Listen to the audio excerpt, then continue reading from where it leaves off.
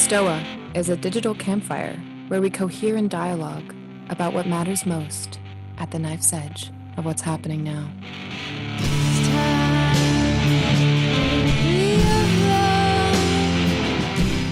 Welcome to the Stoa.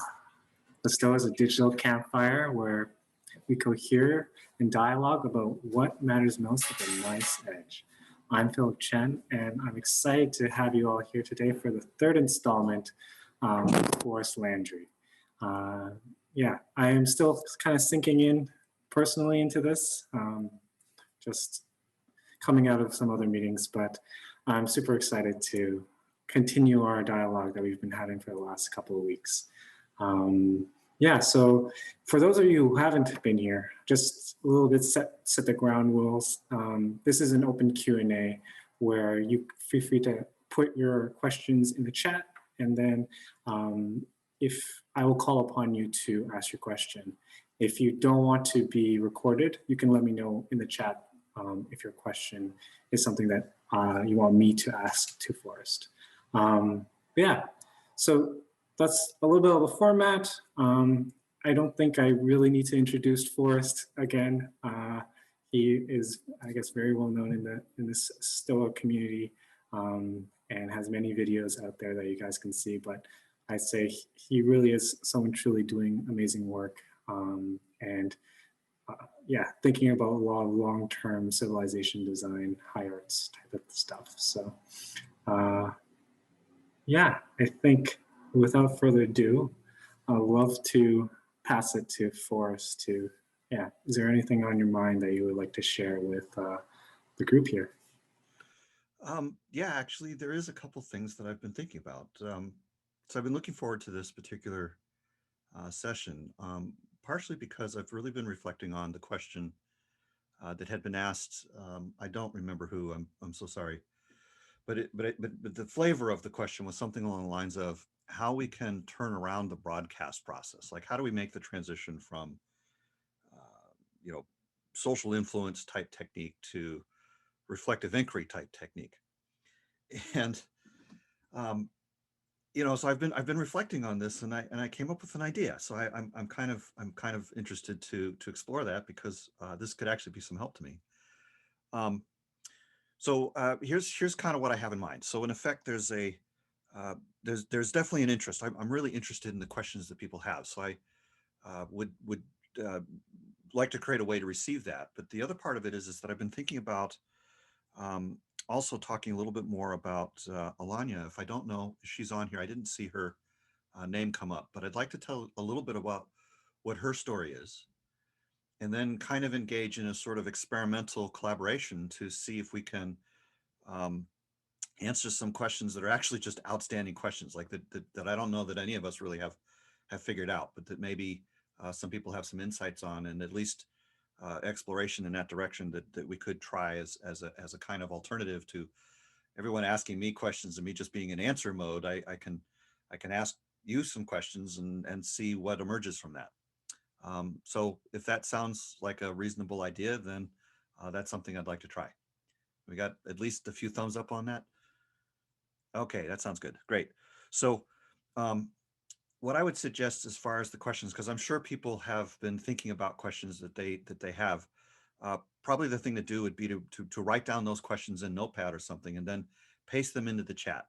Because for sure, we'll get the chat. I mean, we'll have the chat. I try to get a copy of the chat so that I can at least know what those questions are, so that if I don't get to them, in this session, we might not get to all those, but at least I'll know what they are. So pretend as if, 100 years have gone by and a lot of research has been done, a lot of stuff's been figured out, and you get the opportunity to sort of ask, the kinds of questions you could ask, is assuming that everything kind of had been accomplished. What would those questions be? So write down essentially what's really the questions that you had coming today, but also kind of like the extent of what your questions and interests could be. And like I said, just paste those into the chat. If you write them directly into the chat, you're going to see everyone else's chat scroll by, and that's going to probably influence a little bit about how you phrase your questions. So that's kind of why I'm suggesting, write them independently and then paste them in. That way there, we can kind of give people space to sort of ask whatever they want, because the chat will take whatever up. If it's 100 pages long, that's fine. So I'd love to get a little time for that. Does that seem like we could pause here for a moment to just let people do that? Does that seem okay? Thumbs up, down, yes, no? All right, so why don't we just take like a minute or two to do that, and then I'll move on with the story part.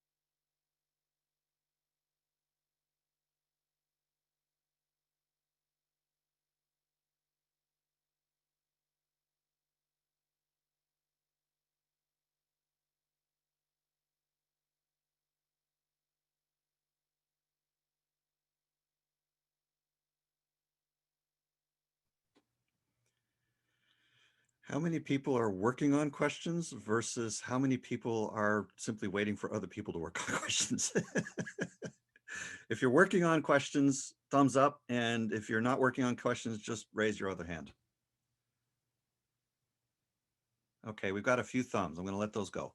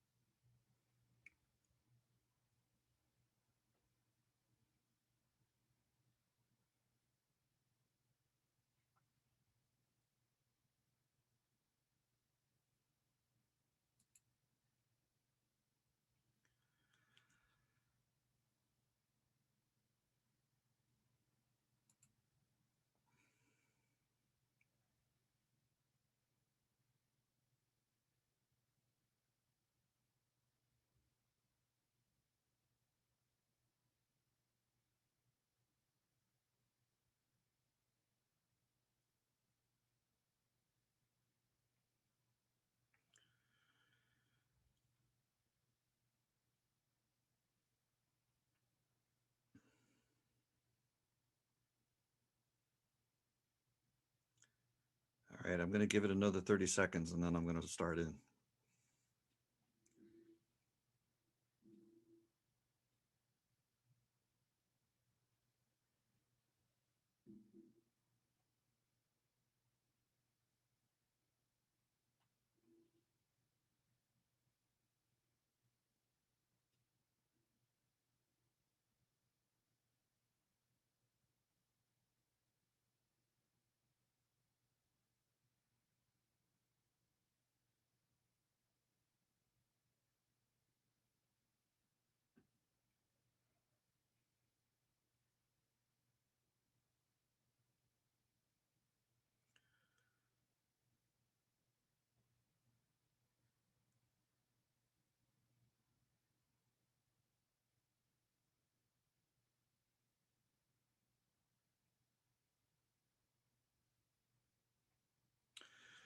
All right, I think that'll probably good. And people can keep posting, of course. I'm hoping they do. So Alanya turns out not to be here, so I'm unfortunately going to have to tell the story more or less by myself. The reason that I have particularly invited her to join me in this session and last time as well is because I feel that there's a lot that she can offer at a very specific level. And I wanted to talk a little bit about how I came to that understanding, how I met her, and the sort of story as a kind of prelude into the questions. So think of this as just sort of being background material. Um, so I met her, I think about maybe 3 years ago, um, maybe even just 2 years ago. It's hard to tell now. My sense of time gets a little messed up, particularly with COVID. Anyways, um, I had heard about her work from a mutual friend named Andrew Hewitt, which some of you may know. Anyways, he had described her work as essentially being very much focused in an area that I had concerns with, having to do with trauma resolution, trauma therapy. So at the time, and for quite a bit of time since then, I was working on this notion that in order to have good community governance, we needed to obviously have healthy people and to essentially enable people to be in good communication with one another. Obviously, we want to make sure that they're well fed and that they have their emotional needs taken care of and et cetera. So in keeping with that and realizing that my skills in that particular area aren't always going to even be anywhere near what the needs are, um, I basically was looking around for people that were doing really good work in this space, i.e. the space of essentially helping people to find the kinds of barriers that come up in communication process, the things that are triggers. Somebody says something and it causes us to go into a kind of reaction state because of past experiences that may have been quite painful. So in effect, there's a sense here that if we're going to make choices together, we need to not be in reaction, right? So I've been looking around for someone that I could basically collaborate with in regards to how to move people through a kind of process that would enable them to work with those kinds of issues. So partially it needs to be interactive, but also it needs to be very skillful in the space of conversation. So when Andrew called me, he basically said, "I think I found what you're looking for. I've met this person. I took one of her sessions, and by sessions he's meaning there's like a week-long event that Alanya was holding called Avalon, and so she was having these once a month, and for about 12 to 15, maybe as many as 20 people, that there would be a series of exercises that they would go through that they would enable them to effectively process what would otherwise be very difficult circumstances and things that wouldn't otherwise find resolution. So think of it as like a lot of therapy compressed into a relatively compact time, but with a lot of extra dynamics having to do with relationships being enabled that wouldn't necessarily come up in just a client therapist sort of context. So anyways, I decided to go to sort of experience this and to explore it. And obviously, I have my own issues too, right? So why not, right? And so in effect, I was basically going on behalf of this larger project of how can we facilitate community process. And so when I went and I met with her, I found out very quickly that she was incredibly sophisticated and nuanced in her approach to these sorts of things.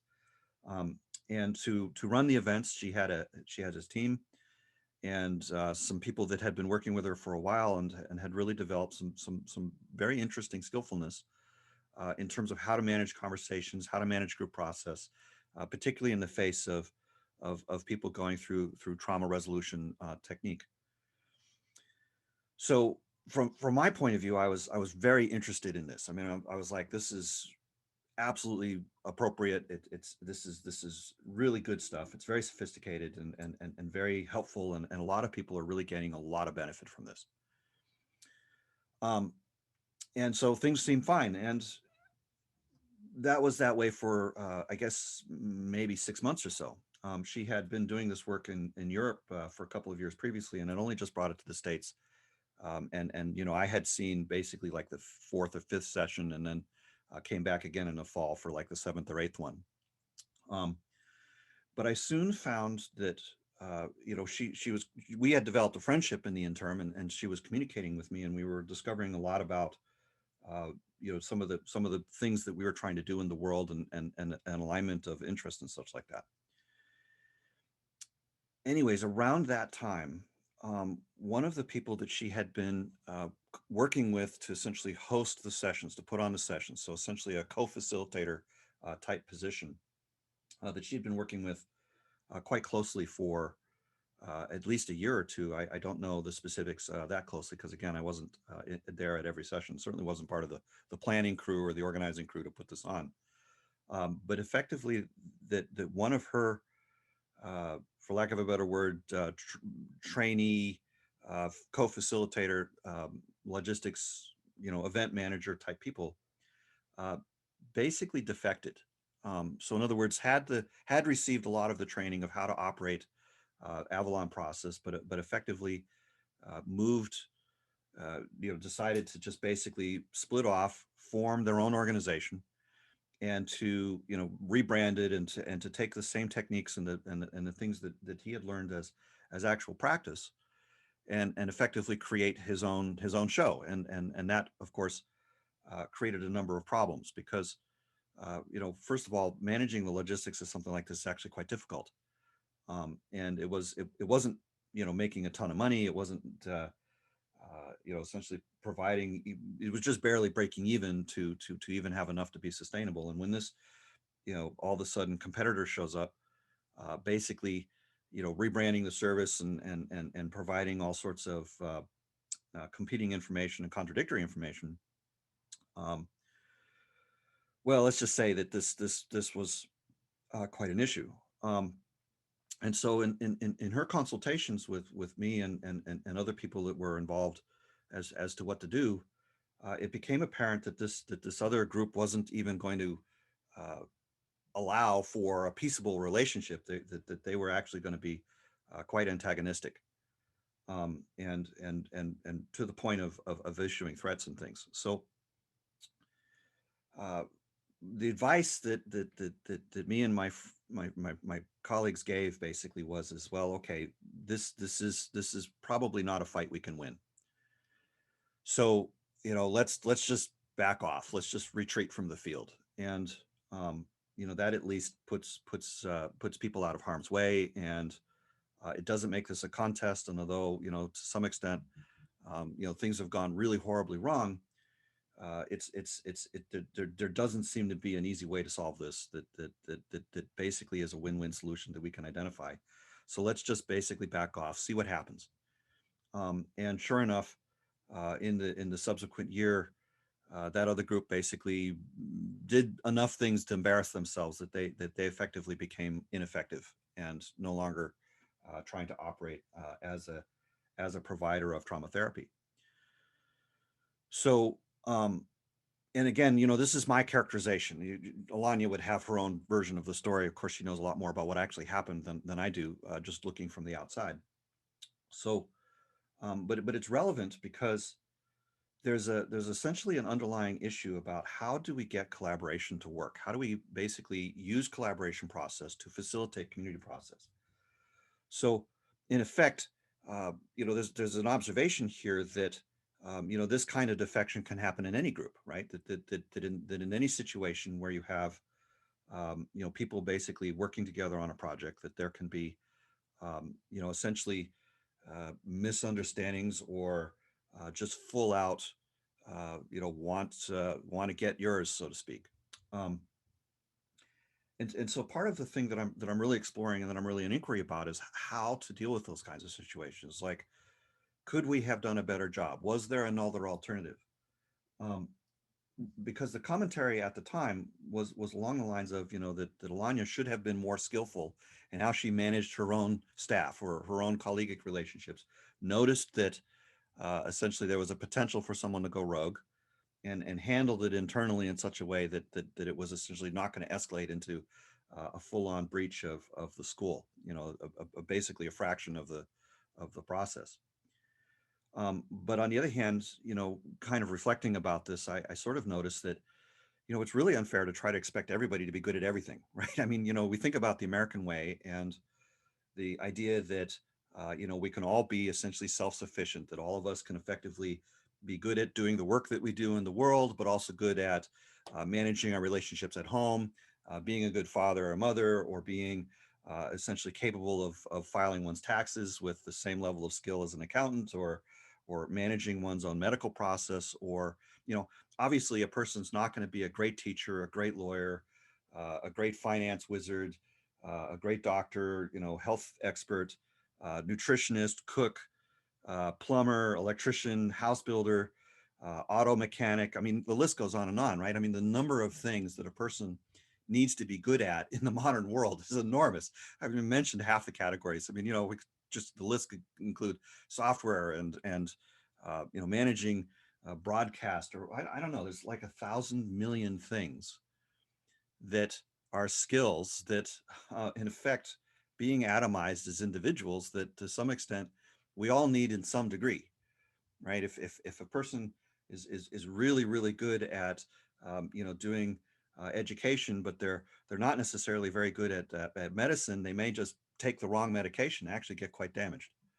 So in effect, there's a situation here where despite the sheer excellence of process that Alanya was bringing to the field of uh, group communicative process in service to individual trauma resolution.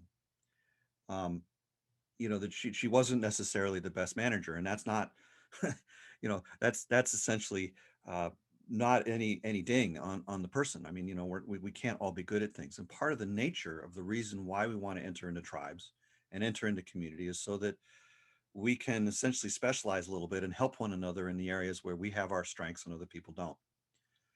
And so, in effect, there's a real need for us to figure out this community thing as the world gets more complicated, particularly as technology starts to, divide us in more and more ways. Social media isn't a proxy for community process. It's maybe a means by which we can start to discover ourselves in community, but the intermediation is so taxing. So much of the value of the communicative process goes to advertising or distractions of one sort or another that what ends up happening is that the community process itself suffers. So now we're at the place where we can start to think about you know what are the questions, right? So the kinds of questions that I find myself asking is, how do we create collaborative process where this issue of defection doesn't happen, or it isn't such a prevalent problem that literally disabled her from being able to present her work or to even do her work in any way for something like a year. I invited her to to speak with me because to some extent, I'm trying to figure out a way to have her do the good work that she needs to do, and because I genuinely respect her point of view. Um, and so, in a sense, I'm trying to share the stage in a way to enable a kind of sense making about community process with the community, i.e., everybody who's participating on this call. So, um, and I could have maybe made mistakes, and so I guess one question I have is, um, what could have been done differently? Like how could the process have been managed so that the support that was needed was available and effectively, um, people that are good managers could be good managers, and that there was a way to have that happen, or to essentially make it so that maybe there's certain kinds of commitments that the community upholds to sort of help people to stay in balance with source. Um, there's a lot of different directions, and so I guess what I'm first looking for is uh, some thoughts about um, how do we solve problems like this. And again, because there's like I see 3 pages of people on this call, I would say if you've got something to offer that's an answer to a question like that, first of all, say what the question is that you're answering, and then try to give like a brief, less than 1 minute response. And I can ask questions to try to bounce off of that, and as we explore, maybe we can come up with something, because this is kind of the leading edge. I mean, I sure as heck haven't figured out everything. In fact, I don't even know that I figured out that much. I figured out some things, but I know that there are questions in this space that are very much alive for me, and that I'm genuinely interested. I mean, I'm exploring this. So I guess with that, again, try to keep your remarks to a thing, and whoever wants to speak, now's a good time.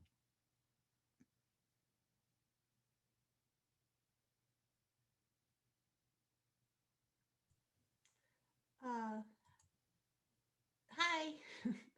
Hello. Okay, so I'd like to ask a question, like a thought experiment, to see where this experience lives, because I don't want to project like a million different scenarios. So I went through something like this myself. I give a lot of workshops, and a lot of people that take the workshops, they're very happy to learn, and they go back to their lives. And then some people take the workshops and they're better at what I teach than I am. And it used to piss me off. And they would take it in other directions, and it used to piss me off.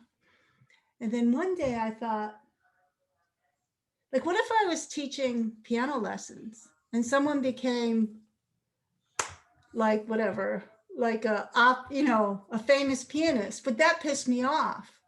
So then I wondered why, like in one scenario, teaching piano lessons, it wouldn't piss me off. But then this other kind of new agey kind of thing we're teaching, it pisses me off. I mean, I can tell stories too, like stories very close to people that have literally ripped me off, and they only cite up the dominance hierarchy. I'll tell you that. But I really had to come to terms with this. Like once I switched to the notion of like, I'm teaching piano lessons, the whole thing opened up for me. The whole thing just opened up for me. So I'm not, so the thought experiment is the piano lesson analogy applicable in this case or not? Well, I think it's a great, that's a good thing. So clarifying that a little bit, the distinction was is that it prevented the original teacher from continuing to teach. Whereas with piano lessons, even with a great virtuoso person coming out of that, it wouldn't necessarily prevent you from teaching. Yeah, that I don't understand why it did. So yeah. Well, the other group basically ended up being, better funded. They were better at fundraising, first of all. And so in effect, they were able to put a lot more logistics horsepower behind the project. But then they made the move of essentially doing very competitive advertising. And so we knew that it was moving towards a smear campaign, and that was like not a good idea. So, at that point we backed off. Smearing, I haven't been smeared. That to me crosses a line, but I do have to recognize that some people are, let me say this, I don't even think they're better at it than I am, but they're positioned better than I am. Basically, they're young men in Silicon Valley who have a certain kind of like energy. Yeah. And I even say to them, yeah, I get it. I'm the old lady with the dog.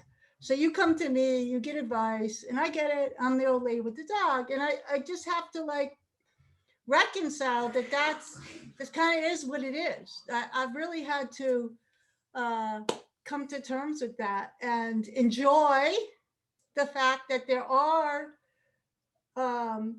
some parts of the package of success that I don't have to deal with. So, but that's a real thing, and it's a real question. And yeah, I don't think it's a perfect match, my experience and hers, but this is a big deal for a lot of us off Broadway, I would say, workers in these spaces. Yeah.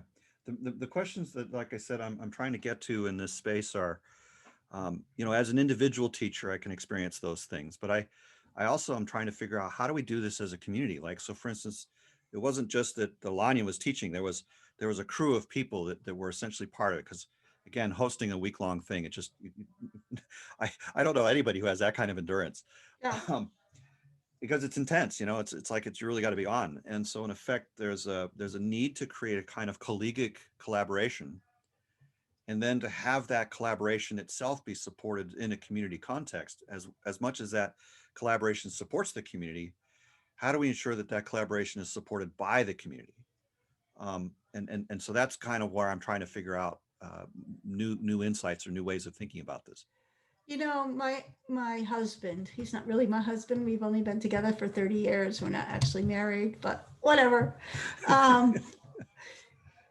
he likes to work with he likes to give young kids around here, young men, jobs to do because they're always looking for money. I live in a rural place, there's no jobs. And when he first started, he would like, and then, pretty soon you're paying them to clean out the barn and this and that. And then, pretty soon they're asking, can I get, an advance? This always happens, and then eventually they leave and you don't get paid back. And he went through this process, very frustrating. And I said, you just have to assume they're gonna rip you off, and you do it anyways, right? Because you don't do it because it's financial, really. And then now he like, I mean, you don't want to give someone $15,000. Don't get me wrong, but even the deviants became charming in a sense. So I don't know, I don't want to get into the specifics, but yeah, I've spent. I think I'm on the other side now, but I've spent a long time thinking about this, and it's certainly a ghost in our space for more than one person. Yeah. Well, for people that are looking for analog situations, I saw a comment briefly mentioning open source. That's obviously a grand example of things where these kinds of issues show up, and maybe even some places where some people may have figured out some things. Another place that I remember reading about this and have just actually cited recently, there's this thing called the Gavaius principle. It talks about how sometimes this happens in business settings. And then there's another one that was more recent, talking about how this shows up as cultural phenomena. It's called Geeks, Mops, and Sociopaths on meaningness.com, I think. Anyways, and you'll see a reference to the Gavaius principle there. I'm simply suggesting that these are dynamics that are perennial. I mean, these are not things that are new. I mean, this has happened a lot of times in the past. And for the open source movement in particular, we're actually really needing to solve these problems because, they are community sourced projects and they are community supporting projects. And to some extent, a collaboration is kind of what makes the sort of core development team work. But again, I'm not trying to solve all the problems in the world, but I think that in this context, if we're going to move into the space of reflective inquiry, again, the question that I'm thinking a lot about is how do we support collaboration that lasts long enough that effectively doesn't get partitioned off into people's individual interests, but is actually a community interest that's being supported. So in that sense, again, if you want to speak up, unmute your mic, say what question or what aspect of any of these questions you're feeling called to respond to, and then a brief response. So Forrest, I want to jump in here if that's okay. Great. This is responsive to the topic of the back and forth that you just had with Bonita. I just wanted to, there's something that actually I heard about through probably Hacker News. It's someone in the open source or startup world said this, and I'm not remembering who to give credit to here, which is kind of ironic given what I'm about to say. But they point out the sometimes dichotomy between the motivation or goal of getting a specific thing done or birthing a specific thing into the world versus getting credit for doing something. And that there are sometimes decision points where you have to decide which of those things is most important to you. That also seems to be a perennial aspect of this. And the tech world is littered with stuff like this, right? You've got Xerox PARC coming up with the GUI, then you've got Apple stealing it from them, and then Microsoft stealing it from them, and this perpetual dynamic that happens. And even in open source, most of the people who have contributed the most to the Linux kernel, say, have reaped very little of the financial benefit that has accrued through the use of the Linux kernel.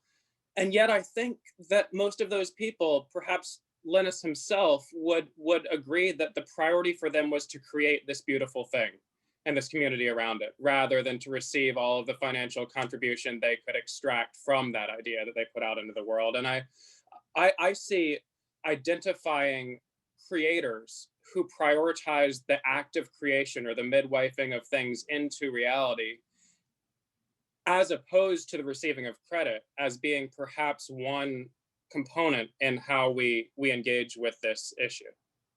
Yeah. So in effect, there's a series of questions you're opening, right? So it's kind of like an EGP sort of technique of basically saying, hey, how do we uh, correctly think about, or how do we think about it all? The question of credit versus credit allocation versus financial allocation versus actually doing what is needed, right? So in other words, what's good for the project, what's good for the community. And I think that's an important question. It's certainly a valid question. So and I'm hearing there's a number of descendant questions, but I definitely hear that question as well. So just to expand this a little bit, people don't have to answer a question. They can basically say, I heard this question and it prompted me to ask these other questions. That's actually like classic thinking in ephemeral group process, which is, can we get to deeper questions? Can we find things? I actually find the question that Evan raised to be a very relevant question. And I think that there's a lot that hinges on that. To sort of just respond with the kinds of, again, reflective inquiry that I'm doing. Seeing those three things as being distinct, for the good of the community or for the good of the project, in some sort of contributive sense. And how do we balance that with, needs for essentially personal relational process versus needs for what could be more succinctly maybe thought of as survival type process. So, this ties right back to evolution. We're looking at things to essentially be associated with the next generation, i.e. to start families and so on, what we call sex talk. And then things which are basically putting food on the table have to do with survival. And, so all three of these things are critically a part of the dynamic.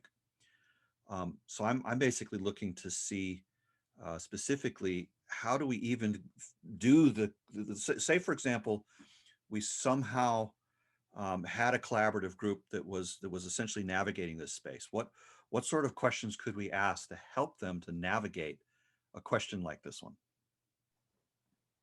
I'd like to speak, and I set a timer for a minute because I jumped in on this microphone, but promise to respect that. It seems to me that one of the most simple ways to frame the question is to ask people to compare a line to a circle or a line to a spiral, because the particular relationship between endpoints is different with linear singular thinking compared to a spiral thinking. If I am offering something up but am not attached to it coming from me because it's going to live in spirals beyond me, rather than, this is mixing metaphors, but rocketing me from point A to point B, then those shapes which show up in the human psyche, regardless of the other frameworks or details you might put on it, could offer a framework for the metaphorical thinking that spirals out into other things. There we go. Well, I'm maybe a correspondence to sort of describe which of those is which pattern. Yeah, would be fractal, like linear as a compared to like fractal thinking. Mm-hmm. The ripples of the stone rather than the impact of the stone. Yeah. Just to make it easier for people to sort of want to respond, Philip, if you would be so willing, maybe people, what they do is they signal in the chat, hey, I'd like to speak. And that way there you can just sort of pick people and by name, and therefore we don't have people colliding with one another or feeling shy about joining in. Yes, I was going to say something exactly what Christian was saying. I was trying to figure out if there's a raise hand feature. People can figure that out, because then we can have an orderly line of how to do it. Now, I actually don't know how to make that happen. I see someone has actually done it. Danny has figured it out. Oh, we got 3 people here who have raised their hands. Awesome. Great. Go for it. And I will go in order of what I see on my side. So I'll just call and then allow people to do such things if that's okay. Yeah, great. So Danny, I see you're the first person who has raised their hand, so I'll let you speak. Hi there. Sort of following after the line in the sphere, as I was listening, I made 2 different ways. I made a collaboration. The word that came, which is pretty old fashioned, a collaboration that's a club, that their purpose is to be together for a social, for a community or for whatever else. And then a collaboration that's for the market. A collaboration that you want to turn into something that has to compete in the market. A club is there to stay cohesive and to sustain. A market is to compete. And the behavior you're talking about, you know, your suggestion was not about maintaining a club. It was the market. So I'm not saying this is an answer. I'm saying when we can more specify the question, because I think both need collaboration. Yeah, that's true. So This is a club here. Yeah. Well, Stoa is a club in some ways. the Stoa is a club, true. But when like Benita was speaking, she was speaking, and I was also speaking. Like Alanya is offering a service, so there's a very high level of skillfulness brought to it. So it's more like a business in the sense you're speaking of. So in that particular sense, it's sort of like, how can a gift be given to the community through a collaborative process that doesn't end up having the gift to the community be co-opted into somebody's personal games? And I just wanted to add just other language, which is commons, which, you know, many people are referring to, and valuing.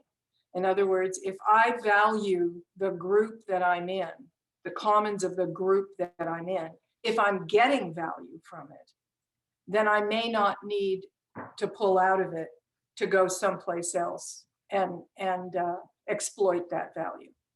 And that's where the trick comes in. Is this that I'm in, you know, that collaborative team, is there something there that I feel I'm getting value from?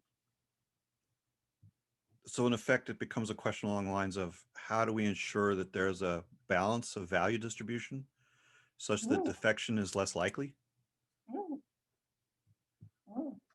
So that's a great question. I'm again, you know, I'm open to answers to that if people have thoughts. Who's next? Christian. Hey, a lot of different things are all coming up for me at once, but the general ballpark is about how what's going on inside of someone is being expressed and heard by everyone else, including themselves. And I feel like that's an especially interesting and tricky question within the context of a therapeutic group of activities, because you would expect that that's kind of already happening. And so like, I'm like, well, why didn't that happen? Why didn't whatever was in that, the roots of that schism, not come out in the therapeutic practice? And I have no idea, but like the intuitive thing that wants to come up is something about slowing down and taking breaks. Because I feel like I'm not sure what I'm like pulling this from, what experiences, but there's a sense that like even in otherwise nice, coherent atmospheres where people are expressing themselves well, if the clip is too fast, things get missed. And I think especially in our world today where it's so fast, having like really, really tough slowdown sessions and breaks and pauses where that shit that's like below the surface has some time to actually raise up and show itself seems important. That's a really good point. I think that's something as you mentioned that, and as you describe it, I think back and I realize, yeah, they were working pretty hard to try to do one event a month, and they were just barely able to do that. And to some extent, it could have been a little easier if there'd been more spaciousness. You know, where the core team, for example, would have been able to do work with themselves or communicatively internally, rather than being in go mode as often as they were. So now the question is maybe along the lines of, you know, how do we notice the balance of too fast versus too slow, or how do we create space in a group so that there's sufficient support that the community will hold them in the time while they're working internally versus working externally with the community at large. So those two questions feel like they are connected to what you're saying and come from that. And by the way, I'm under no illusions with all of this that we may answer any of these questions. But I think that the fact of our discovering the questions and sort of exploring the space a little bit, at least it feels relevant to me because it's reminding me of things that I wouldn't have thought of to ask. And so that's what reflective inquiry is about, is that we're learning more about what are the important questions and what do we need to even think about in order to address a question like this. Next person. Yeah, I've been getting some messages for people who may not know how to raise their hand. And to be fair, I don't really know how to myself. So I'm going to pass it to Kira next. And if you could explain to everybody how to raise their hands, that'd be great. Absolutely, I can. Absolutely, I can. If you click on, it depends on what device you're on, but in most cases, if you click on participants, there is a button somewhere in that screen that typically will give you a raise hand option. But again, it depends on which device you're on. But look around for, like, in the participants or in the on a mobile device, there's, clicking on the ellipses, it's usually an option in there somewhere. So hopefully that answers people's question. I was listening to Jordan's call earlier, and Danny brought up the word of commons. And as Chris was talking, the question that came up is, like, how connected are the people in the group to the thing that's bigger than everyone there?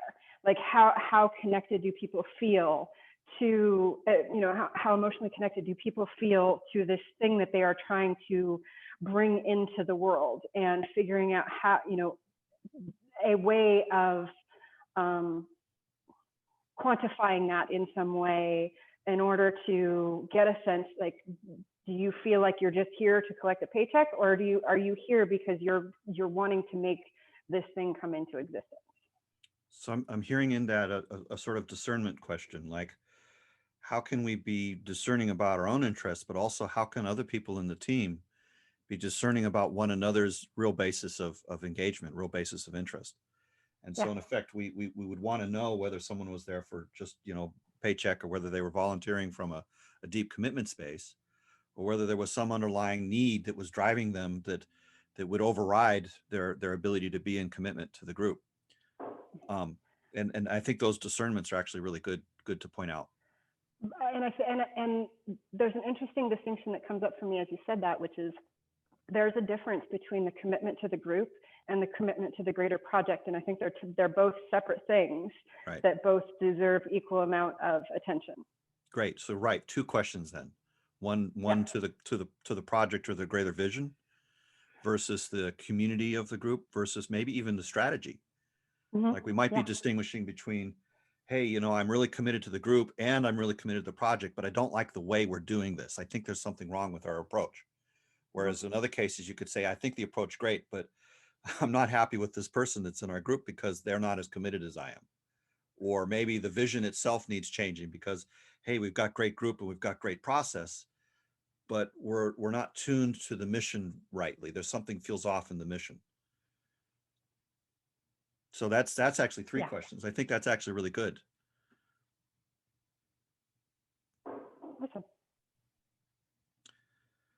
Awesome. Next person wants to jump in. Gordon. Yeah, my internet was cutting out, so I didn't hear all of that last exchange, but it seemed like you guys were actually getting into the space that I'm interested in, which is questioning if somebody is defecting, if somebody is not fully aligned with the process, wondering what's at the step before. Right. What are the things that are leading into that circumstance that are to create the circumstance that we observed? And one of the questions that I have related to that is wondering if I guess it's a hypothesis that I have that the ability to connect to the group good and align oneself to the group good is really a capability that comes with a certain level of maturity in an organism, especially in a primate organism that we all are. And so if I accept that hypothesis, one of the questions that comes from it is, what are the necessary circumstances for a person to be able to reach that level of maturity? Um, and obviously it's not evenly distributed, right? There's going to be times when I, as a person, am going to fall back on old habits or just can't bring my best self to a situation. But I think there's also a baseline level of, fundamental requirements that a person might have that we might be able to discern somewhat in advance. Enough things about a person to see what their needs are, to see if they can be trusted as a reliable colleague in a situation, or to know where their pressure points are, or the places where things might break down. So anyway, I just wanted to put this out there as as a thing in the mix, Yep. thinking about this level of is it a maturity capability, something that arises over time, and how do we support it if it is, and what expectations to have of people if it is. So is the maturity thing a threshold? And if they're beyond a certain threshold of maturity, how would we discern that? I heard there was actually a lot of really good pieces in what you were just saying.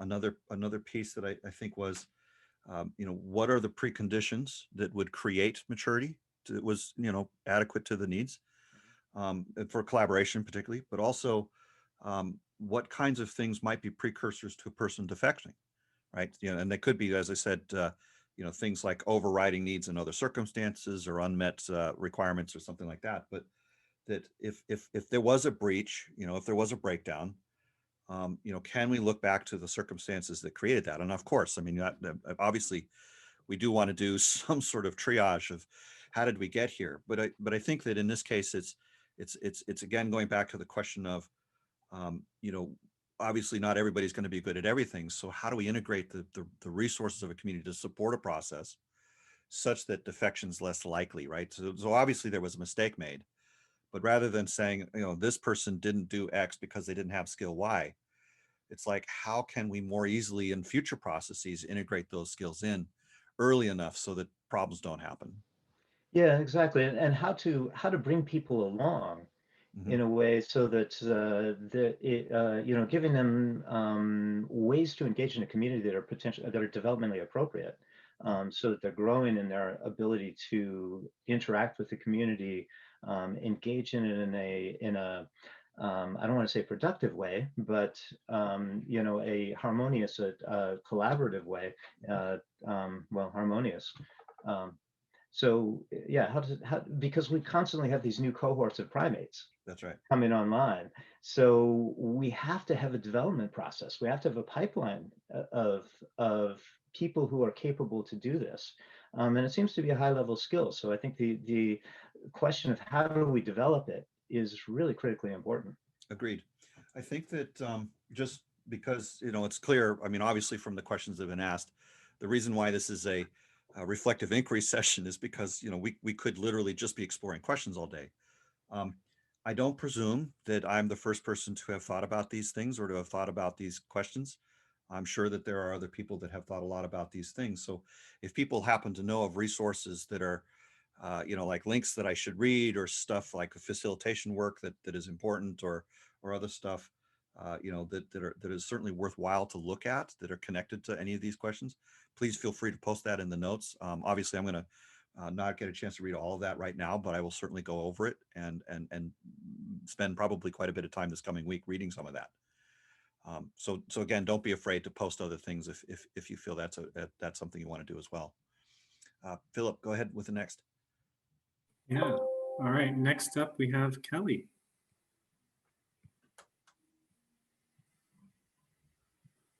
Oh. Hello. Hey, sorry. I'm not sure if my video is on or not, but yeah, you're good.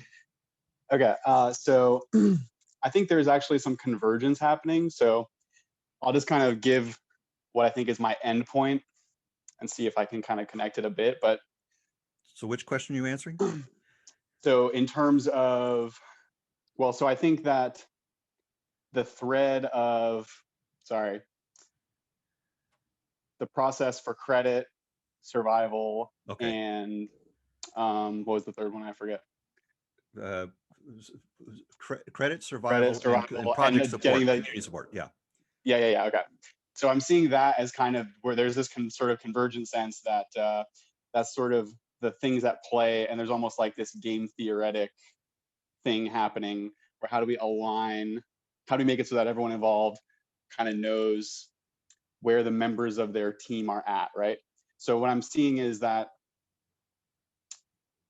there's these two aspects where there's like imperfect information. So one is the inability to acknowledge forms of scarcity, and the other is the lack of space for radical honesty. And Okay. so I'm saying that, like, I agree there's a lot of this that's like has to do with maturity.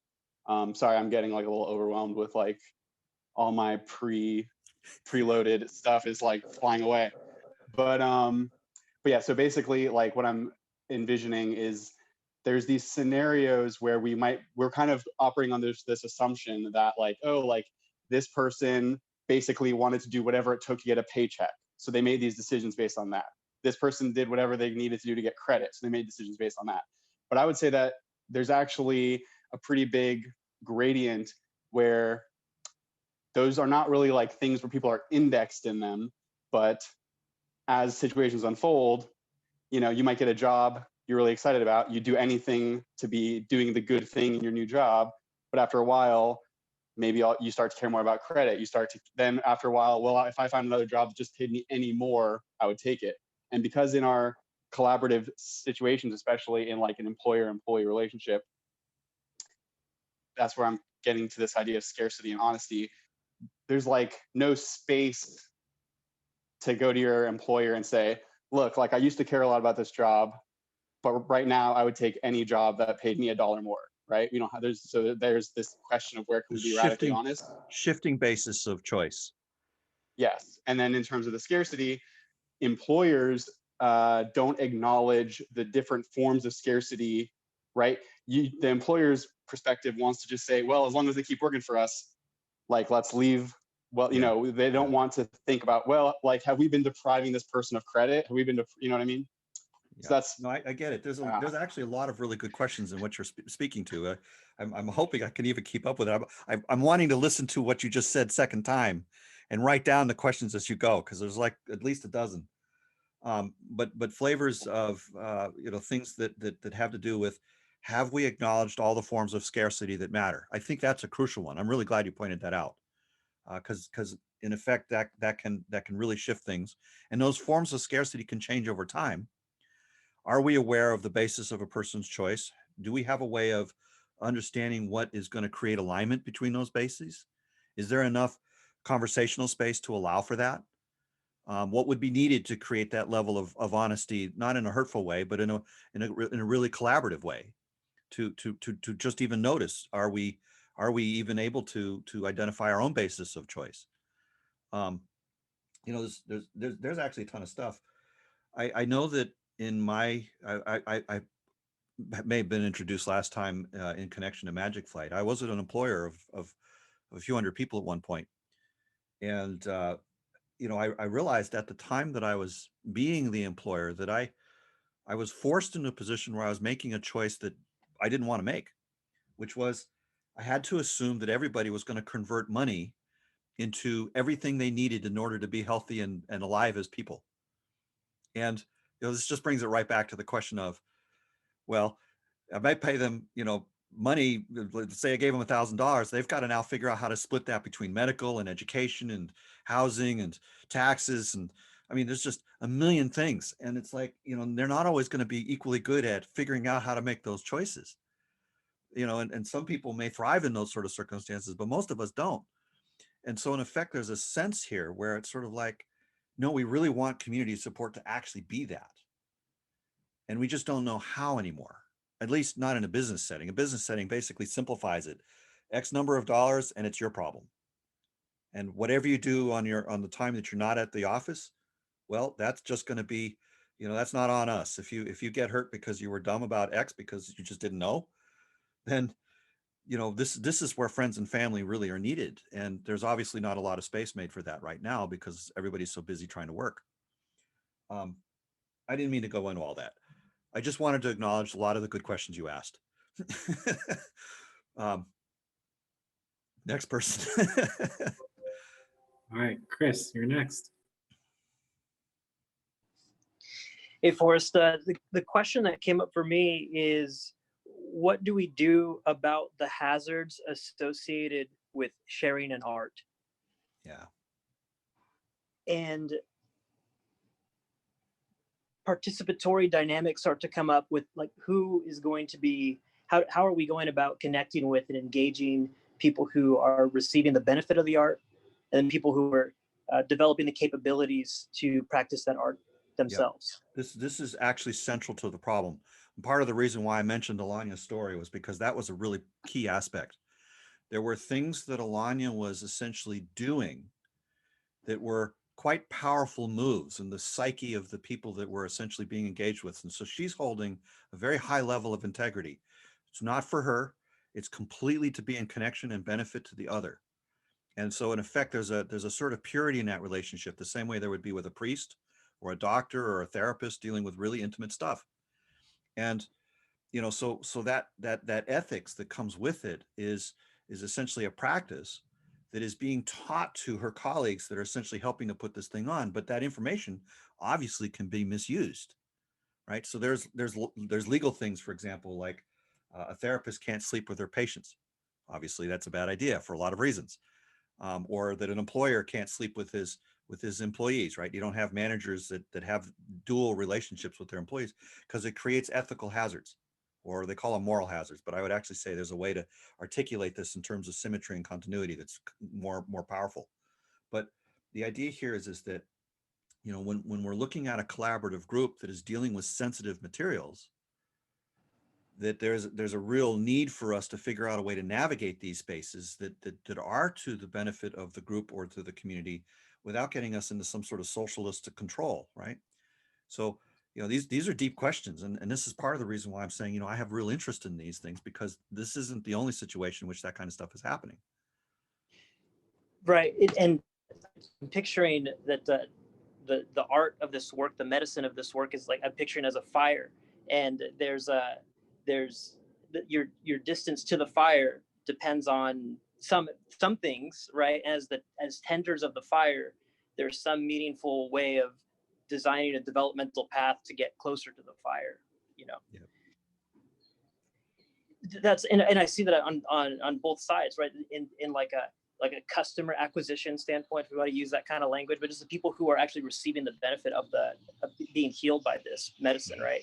How are we finding the people to do it in such a way that even if someone was to be a defector, that's okay, because how we're going about finding the people who are benefiting from this art is just not really affected by that in ways that make it hard for us to do what we need to do. There's some piece of that too that I see as part of this puzzle, you know.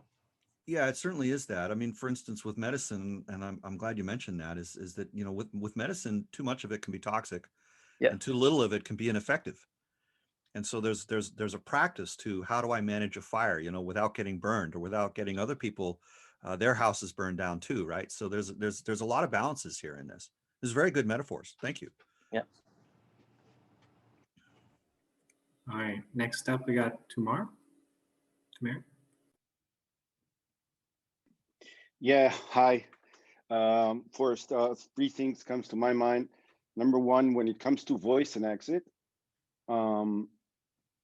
So voice and exit as means, I think voice is not appreciated enough, because sometimes the exit option isn't really an option, and to live by myself, even though I am correct, is not an option for me.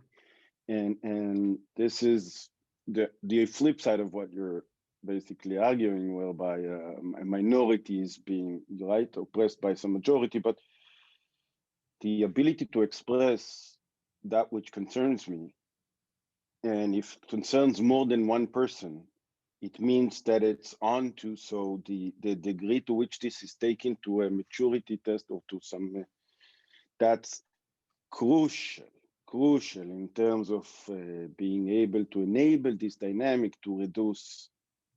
So that's one first thing that comes to my mind. Second thing is that in real time, things are often acknowledged as truths which aren't written in any rule a priorically. So the means to document positive karma activities as they are realized in real time, not when referring to something. These are awesome in terms of you've just did something no one of us have expected, and yet it's extremely contributive to all of us. So we have this way of documenting this. And lastly, I want to talk about this idea of agents as autonomous. Give them some autonomy to express whatever they can contribute to how things can be better, or how do we act out who we are, and thereby enabling them to not accept these packages or defect from it, but rather see how they move inside it.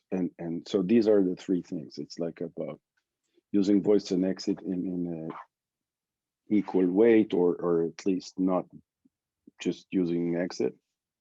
And then also the real-time aspect of documenting transcendence if such occurred, and the other ways that I can express autonomy around that. So those three open design opportunities. I feel like I have the second two. I'm a little fuzzy about the first, but what I'm hearing a little bit is I think with the voice and exit piece is that there are times, and please help me with this, because I'm not quite sure I followed you with this first point. That sometimes we need to be able to speak up and to engage in a particular way to express concerns, rather than leave. No, I'm referring to the ethical element of, do I want to prevent you from leaving? Okay. Why? Because it's my grade? Or maybe no, you want to do something else which really stands at the fork in the road, and we are a fork here, right? So I think I don't control you, and I should by no means try to prevent you from defecting, but I should get to the bottom of what is it that stands at the heart of your desire to defect, and I should then develop a group practice of discerning whether we are like, I don't know, caving, or accepting that you are going to fork from us, and sadly accepting this, because there's a value, that predominant business here that we are not going to cross, and something like that, right? So if yeah, these are perennial concerns. So for instance, you're expressing, I think appropriately, that there are circumstances where defection is appropriate, where maybe the group has entered into some sort of aberration or some sort of state that is unhealthy, and correct, the appropriate response.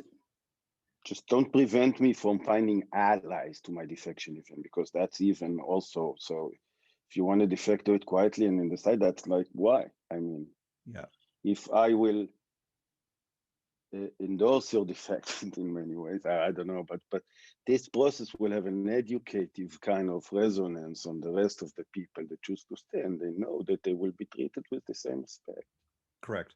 I think that so again, to take this into questions, not to just stop at the answers, but to basically receive that as questions as well. So for instance, I hear flavors along the lines of how do we keep the group healthy? If defection is going to happen, how do we have that be in a way that's actually good for the people that are still there, as well as potentially for the people that are leaving? How can we ensure that the defection, if it does occur, still holds to basically promoting, maybe there's something about the mission that is worthwhile and therefore is still worth supporting in that way? Or can we know that the defection is happening from a good place? Like, is the person defecting because they are just seeking after their own needs? And is there a way to do that that doesn't harm the group? I mean, so there's whole constellations of things that I'm hearing as sort of follow-up explorations that are connected to this. And again, I don't want to presume that those are all the questions that you've raised, but at least some of them, just to show that I'm hearing you. Does it sound good? Yeah. Awesome. Thank you for that. I really appreciate it. And please come back again. Philip, next. Yeah, Robert, can you unmute? Yeah, so I'm kind of thinking from an organizational psychology kind of business point, that there's broad groups in the economy. There's like service jobs, there's high tech that need certain things. And then there's this part of like caring and nursing homes or therapists or your friend. Like they don't make goods or, you know, provide food. There needs to be a human with another human. Like robots, they'll put in nursing homes to act caringly towards the old people. But the old people will push a button to ask for a person instead of interacting with the machine. So then they have to scrap the robots and pay someone to be there. So I wonder, you know, how can we think of it as a caring profession differently than just even from a profession? Like I wouldn't go to business school to master what your friend did. And how do we pay people more? Or even like from a network perspective, how do we, I think the network should have thumped on that defector, right? And said like, hey, if we're part of a group of therapists and someone just tried to profit and sell the secret technology, like really networks usually beat up those agents, but they didn't there. And I've seen that on eBay or in like any of these kind of entrepreneurial spaces that evolved up out of the digital, especially, but existed, like caring is as old as bears or something like that. So these are kind of questions like, how do we value the carer? How does the carer need to act differently than the entrepreneur? Maybe, I don't know, I have a lot of questions. I don't know if that sparks anything in you. Actually, it does. And I think, you know, you've just asked a bunch of questions, but one of the ones that I hear, first of all, just really appreciating the caring perspective as a way of reframing this. But the idea that in a sense, when we're looking at the process of how do we set up these kinds of communities, the communities provide us a support to sort of handle defection issues. So for instance, you know, like if it was a professional therapy association, the association itself, i.e. the larger community of people, basically would shift the defection dynamics and the credibility of that process. Whereas in this case, we're looking at something which is relatively new. So for instance, if it's a brand new offering, a brand new type of therapy, then there might not be a community around it yet to provide for these dynamics. So in effect, actually, in asking it that way, you're kind of also giving a hint as to how we can find, you know, more answers, which is to say, let's look at more established communities and how they've solved this problem. You know, I don't necessarily want to recreate the American Medical Association because that's obviously got its own issues. But the idea here is that, you know, can we find a way to create a sort of stabilizing effect that works well, that supports the collaboration in a sort of constructive way, and not have the community itself become a sort of for-profit center, I think is kind of the coda that I'm hearing with that. But yeah, all that makes a lot of sense. I appreciate that. And the next up, I guess. All right. Yeah. Laura, you're next.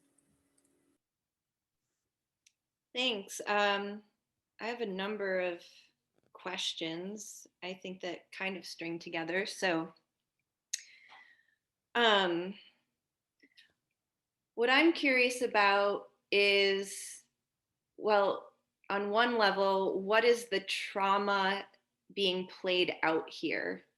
So when we work in trauma, when we're doing trauma therapy, I work with trauma. I've had some intense experiences in groups with people, you know, no matter what you do, sometimes it can go awry. And so one question I have is just on that level, like trauma within and between all those bodies of people. And was the community, the teacher community and assistant community, actually doing the practices themselves? And then what were the shadow elements at play? So what is the problem that we're not asking about yet?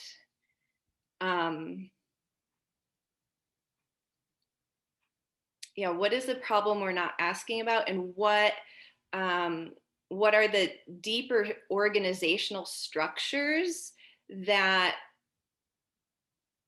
maybe were in the shadows? There was something in the chat about hierarchy, and that this is being framed as collaborative, yet there is a hierarchy. So with the hierarchy being recognized, and where the power differentials being recognized, because all of this adds fuel to a fire of working with trauma.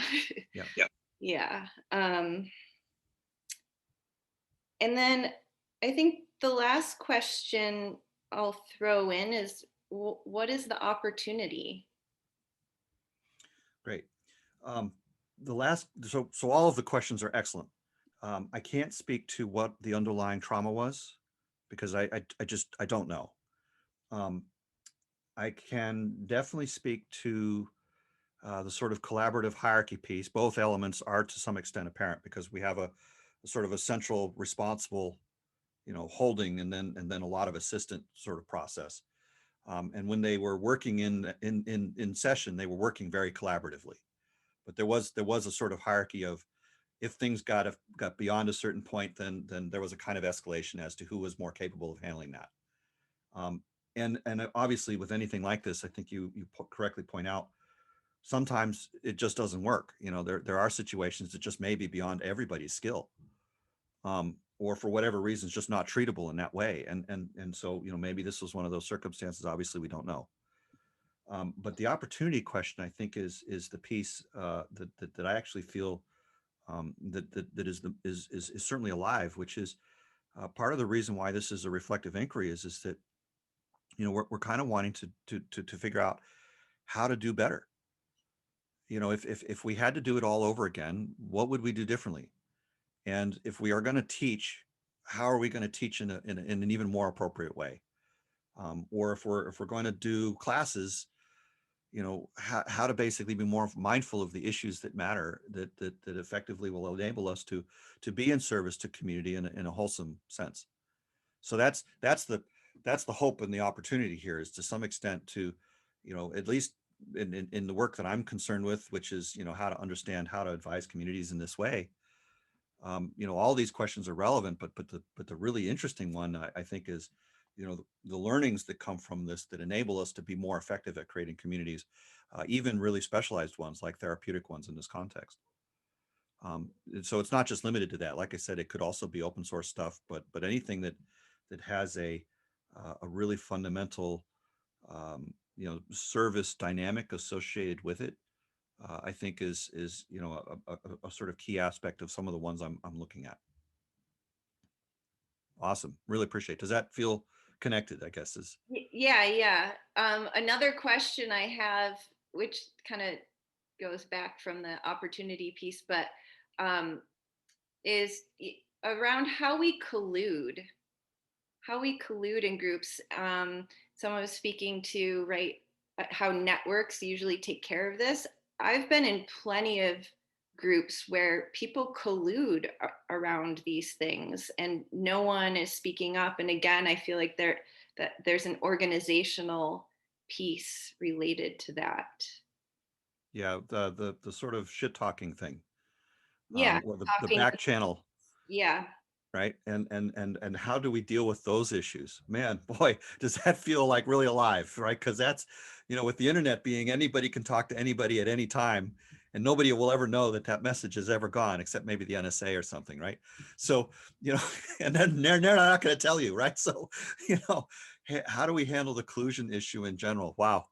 I'd love for there to be insights about that. If anybody's got anything in that space, please let me know.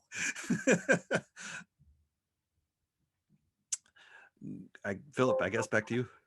Yeah, fantastic. I'd like to remind, we are almost less than 10 minutes from our scheduled time, and we have 4 more hands. So Yeah, hope to get through all of them. We'll see. Okay. Yeah, Elliot, you're next up.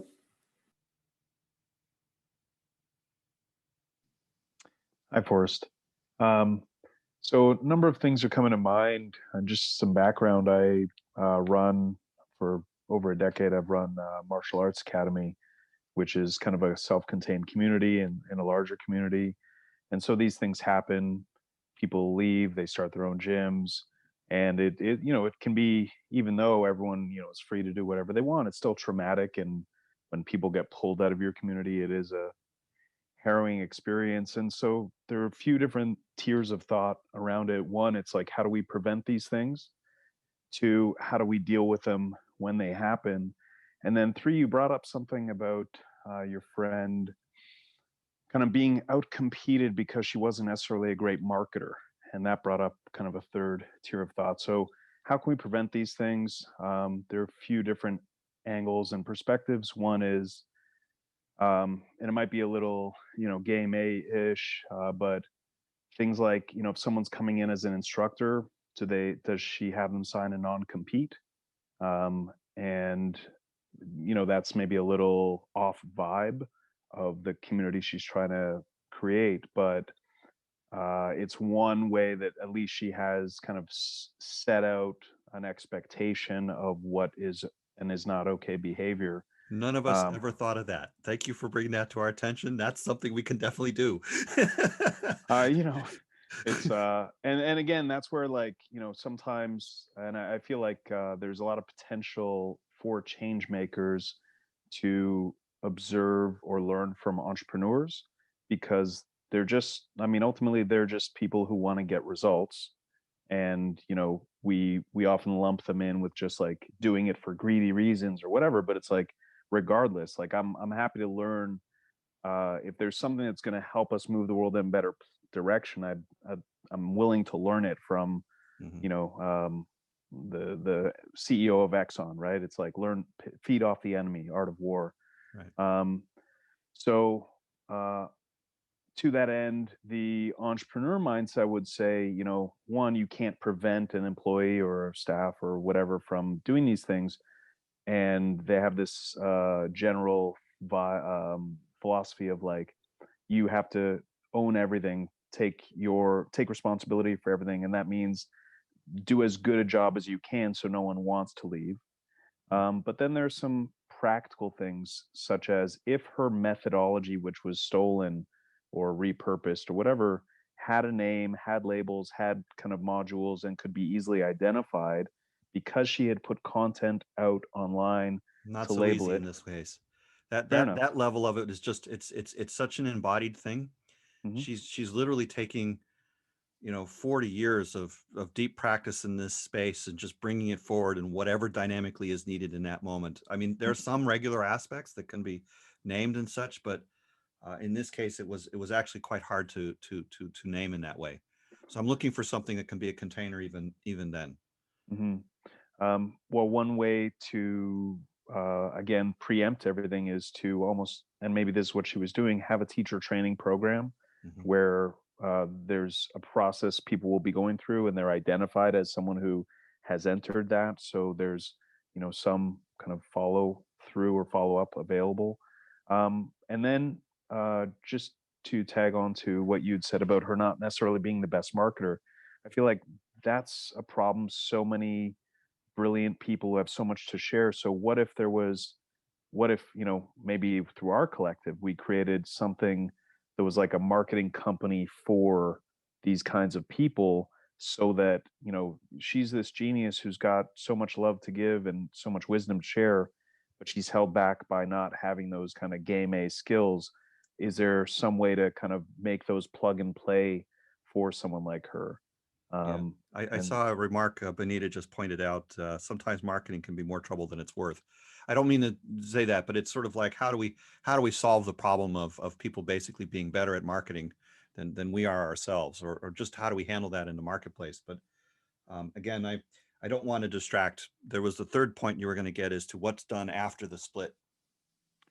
Yeah, so there's and part of that's actually done in advance, in the sense of prepping psychologically, knowing that these things could happen, and address, like having a plan for if this happens, like what's my self-care to kind of be ready for it, and then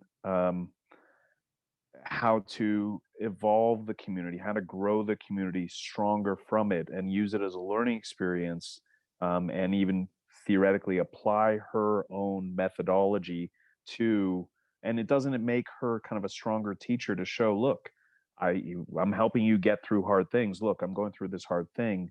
And so then the community and the teaching kind of becomes richer as a result. There are more thoughts, but those are a few on each. Thank you. Philip, do we still have time for others? Yeah, we have a couple more minutes, and now I see 3 people still with their hands up. Not quite sure what to do in this situation. Ask everybody to be conscientious and hope for the best. Totally. So next up ends up being Ryan. There you go. Hey, thanks so much for having this conversation. Really important. I will try to keep it to a minute.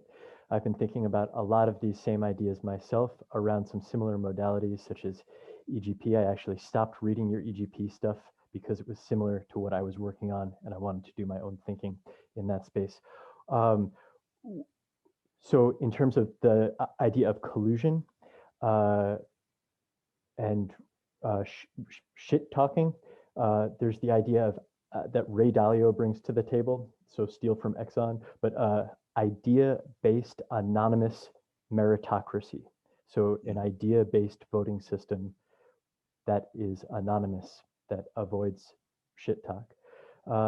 Second, one of the things that I find myself doing, because I am not a tech person, I find myself trying to align myself to institutions or people who are involved in that space so that my ideas can have a structure or an architecture to live within.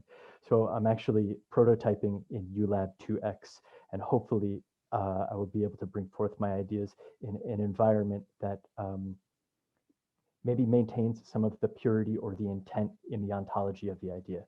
So there's architecture there. The last thing I want to talk about is the idea of a metaphor or a triangle. So you, and this kind of actually talks somewhat to your IDM.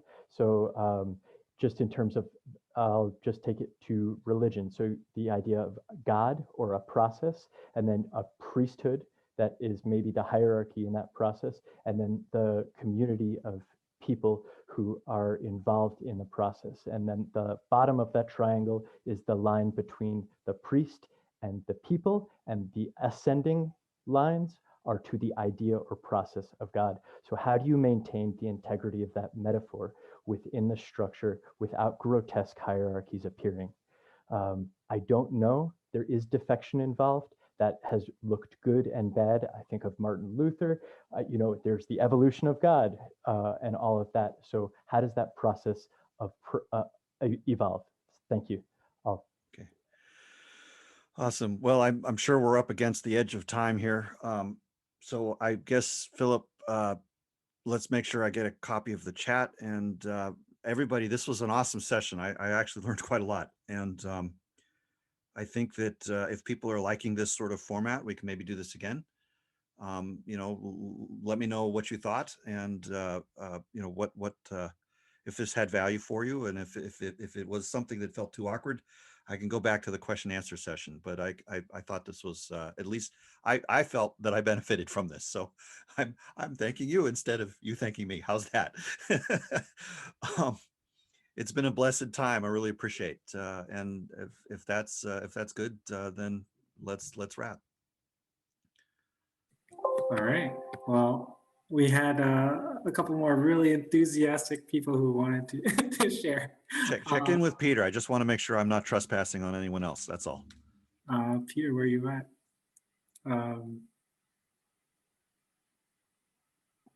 Yeah, we can stay longer if that's okay. Then yeah. I'm good to go still then. Yeah, I would say for everybody who has to go, I understand people may have other commitments. I just wanted to share, I've got private messages from the next 2 people who seem very jazzed to share, and I want to give them an opportunity as long as great. Let's do Forrest is open to it. Oh yeah, definitely. And then we can close it off after that. Yeah, if that's okay. So I don't know how you say your name, Koloti. You want to share? Yeah, thanks. It's Colty. There's so much that this conversation has been and could become. It almost becomes a reflection of the puzzle solving that these questions, because these questions generate more questions, questions can have really delicious tension. What came up for me is,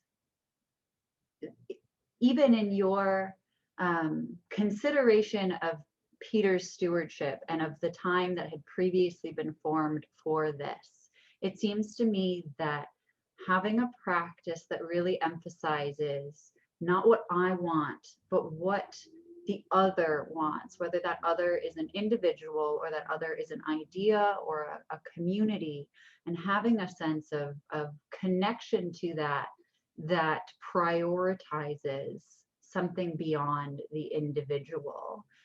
And that sort of connective space, even where disagreement happens, it does not have to be a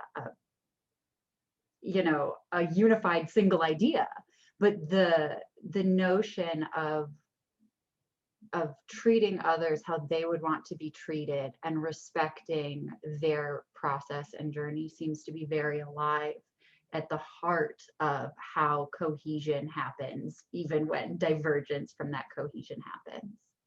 It's a flavor of is it service, or even deeper, is it devotion?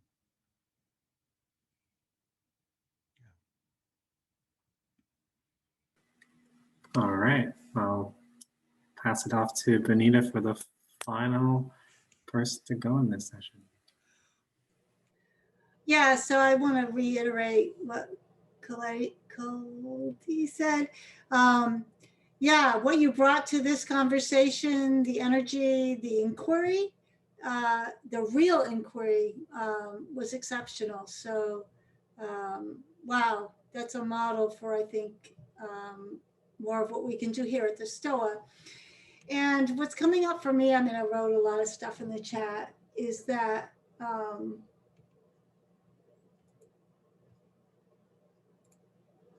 there's something, seems to me there's something in your relationship with Alanya that can move her work to the next level. Like actually your question is kind of a distraction, I think. I mean, it's been very useful here, but for you and her, I think it's kind of a distraction, but the energy of it, there's something in there.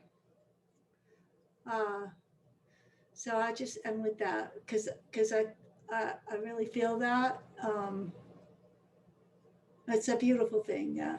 Thank you so much for sharing that with us and modeling something sacred, something very beautiful. Thank you so much. We're most welcome. It's good to be seen. Well, with that, I think unless there's anything else, I'm going to definitely let me get a copy of the chat, and I really, really appreciate everybody's time. Thank you for being here and sharing of your sharing this inquiry with me. And I've got to have a lot of reading to do now, I can tell, which is great. I love it. So I'll see you all next week, I guess. Yes. Thank you, Forrest, for coming. And okay. See you all.